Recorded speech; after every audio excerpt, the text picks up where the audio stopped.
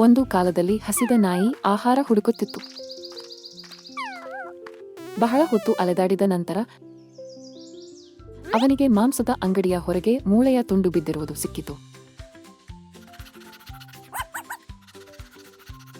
ಅವನು ಬೇಗನೆ ಮೂಳೆಯನ್ನು ಎತ್ತಿಕೊಂಡು ಶಾಂತಿಯುತವಾಗಿ ತನ್ನ ಆಹಾರವನ್ನು ತಿನ್ನಲು ಓಡಿ ಹೋದನು.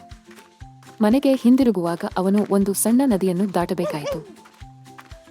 ಅವನು ಸೇತುವೆಯನ್ನು ದಾಟುತ್ತಿರುವಾಗ ಕೆಳಗಿನ ನೀರಿನಲ್ಲಿ ತನ್ನ ಪ್ರತಿಬಿಂಬವನ್ನು ನೋಡಿದನು.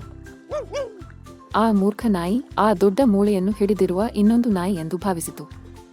ಅವನ ದುರಾಸೆಯಲ್ಲಿ ಅವನಿಗೆ ಆ ಎರಡನೇ ಮೂಳೆಯೂ ಬೇಕಿತ್ತು.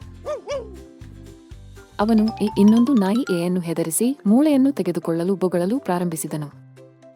ಆದರೆ ಅವನು ಬಾಯಿ ತೆರೆದ ಕೂಡಲೇ ಅವನ ಸ್ವಂತ ಮೂಳೆ ನದಿಗೆ ಬಿದ್ದು ನೀರಿನಿಂದ ಕೊಚ್ಚಿ ಹೋಯಿತು.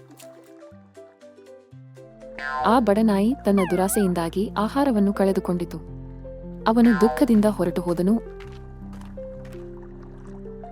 ಮತ್ತು ಒಂದು ಅಮೂಲ್ಯವಾದ ಪಾಠವನ್ನು ಕಲಿತನು. ದುರಾಸೆಯು ನೀವು ಈಗಾಗಲೇ ಹೊಂದಿರುವ ಎಲ್ಲವನ್ನೂ ಕಳೆದುಕೊಳ್ಳುವಂತೆ ಮಾಡುತ್ತದೆ.